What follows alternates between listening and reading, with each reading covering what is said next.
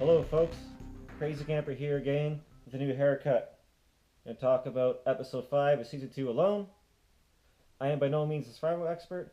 I just love to think about it, watch it, and talk about it as an avid fan. Please subscribe right here, and let's keep the comments rolling. We had lots of awesome discussion on my last review. John Lord, who is a common poster now, he wrote a huge rant saying he doesn't agree with the show producers, the way it's edited, and the contestants. He thinks there should be stronger contestants out there because they're not actively building shelters and searching for food in a survival situation. So he doesn't think the best people in the world are on the show. So if you agree with that or disagree, please comment below. What discussion going about that? Also, David McIntyre, he commented, he's on the show right now. He said that it's so hard to fish or search for food on the shores because the tide. He said the tide's constantly up and down, and obviously it's up a lot, and you only see the contestants when they're down at the beach because they're only there when they're filming, and so it's low tide. So a lot of the time you can't even access the beach. You're locked into land in the forest. So on to our rankings though. Vidra, he or she is still leading the way with 3 points. No one got eliminated, so everyone else is at 2. If you want to join, I'll still put you at 2. I'll add whoever wanted to join from the previous review, and we're all going to start 2 because Mary and Desmond were default because they got out so easily. So we'll keep the competition rolling. So on to the rankings. We'll start from Larry, number 7. Number 6 is Justin. Number 5 is David. Number 4 is Randy. Number 3 is Nicole. Number 2 is Mike. And number 1 is Jose. As always, it's really hard to slot some of these in here because you don't see everyone in the same episode. That's kind of annoying. You don't know what's going on. Hopefully, everyone shows up in every episode once they eliminate 2 more because they seem to show 4 or 5 per episode. So number 7, Larry Roberts. Well, we don't see in this episode. I assume he's hunkered down under his second shelter with the 2 cedar trees that are half fallen down. John Lord commented that, yes, this spot might be rough, but there's no game trails around, which means there aren't any predators. So he's not going to have the bears bugging him like some of the other contestants. Also, in the future, we see a wolf bugging someone. I don't know who that is. We'll see how that pans out. But the question is he eating? And also, we see him venting his anger again. And the next time on Alone, and he says he's going to blow the place up if a mouse eats his sleeping bag. So I don't think he's going to last much longer with that attitude. And yeah, again, his spot does suck unless he keeps nailing the bigger fish in the deeper water on the rocks with fishing line and hooks. So on to number 6, Justin. So we see Justin at the start again. He's still on the beach, and he starts off saying he wants to work out, and I think he's blowing a huge amount of calories swinging on a branch and making a gym. I know you want to keep your mind sane just like you would at home in your routine, but this is not home. It's a survival situation. Put that energy to work out, to take down dead standing trees. Keep building your shelter. We didn't see him eat this episode.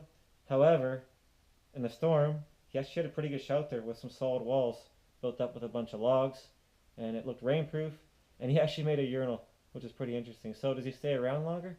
Maybe he is eating a lot, and the producers just aren't showing what he's been filming and eating. So that should be interesting how it plays out. But I have to put him at number 6. On a number 5, David McIntyre. So we see him catch his first fish, and it wasn't that big one that we saw in the intro, so I think he's going to be around a little longer just because of that. I don't like his shelter really, but Sam on season 1, he didn't really build much of a shelter, and it flapped in the wind, which I've already talked about, and that annoyed him, but he still hunkered down and survived it out. And he believes in God, which will give him hope in the time of need, and he also wants a bride for his children, so he wants to win that $500,000 to help his children out. He keeps talking about food though, and debating on whether I should be here, but he said he wants to keep sticking up for the long haul, so I hope we see him a lot longer. And the tide came in and took away, I think, that log that he was lying on, so it just shows you that nothing is safe on the beach, including your gill net. Him, Nicole, and Jose all had their gill nets out during the storm with that we saw, which if you watch season 1, Mitch lost his net in the storm. So, and it gets all tangled up too. Debris could hit it and damage it or take it away. So we'll talk about it a little more, especially with Jose. But I'll keep David at number 5 for now, and we'll see how the show progresses. On number 4, Randy. I think Randy was the biggest surprise of the whole show. I thought he might have been out and done without the fire and without a lot of active food. But he said, I'm in it for the long haul. I want to build a permanent shelter. The second he said that, I thought, heck yeah, he's going to be around a while, and I want to see what he can do. So he pounded in 2 posts, 2 posts, 2 posts, 2 posts. So he built 3 walls, slotting logs in his support. So he built kind of a log cabin, put his tarp over top. If he could make a roof or something, that'd be awesome to stop more draft from coming under the tarp. But we'll see how he does with that. But food. I love how he's making those big deadfall traps that have like 40, 50 pounds of force. If even a raccoon went in there to grab the bait, it could be smashed and he could eat that. But he caught a mouse. Okay, that's food. But so far in season 1 or 2, that is the most calorie plentiful land animal I guess we've seen anyone catch. So it'd be awesome if someone could catch something bigger. Hopefully he does. I know he's a bow, so see what happens. I have to put him in number 4, but I can't put him ahead of the rest simply on the fire source, and we still haven't been seeing him eating, but he has a strong, tough-willed mentality, and I want to see him stay a lot longer. Moving on to number 3, Nicole. So far, she lucked out with the bears. I thought the bears were going to take out her gill net, eat any fish in there. She left hers out in the storm too, but it ended up paying off because she caught a big salmon that has plenty of pounds of meat and probably 10,000 calories at least in there. So that could sustain her for 3 days longer. And she was smart to use cedar wood to smoke it so she can preserve it, eat over the days if she can protect it from the predators. And she's still in a very happy mood. She built an amazing shelter. She has the best shelter out there. It's waterproof. Lots of strong solid logs. She built a cool door. So I think she's going to stay around a while. And she still doesn't complain one bit about anything. Just this happy, bubbly attitude. The rain didn't really get her. And we see her on the trailer for next episode crying that she misses her family. So hopefully that's just a short little blip. And she can keep on trucking and catching food. However, she doesn't have much body fat, which does concern me. And she also has some medical problems which might reoccur. She overcame MS, and now when the body's under a whole lot of stress, can that MS come back?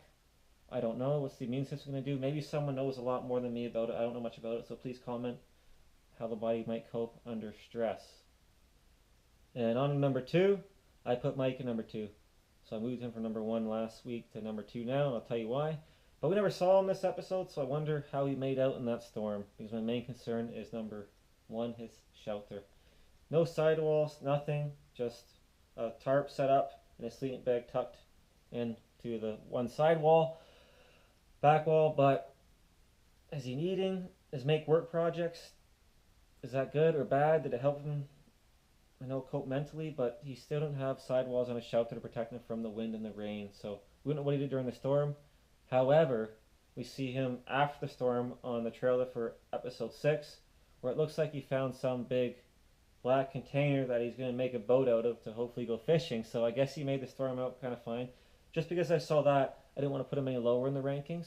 So hopefully he finds his way and catches some fish, and he has a stronger shelter to show for to stick around a lot longer. But he's pretty calm and collective, and if he doesn't miss his wife too much, I hope to see him around longer. But on to our leader now. I had to put Jose as number 1. It was nice to see what he's up to again. He didn't seem to give a crap about what's going on there. Just calm, collective, monotone.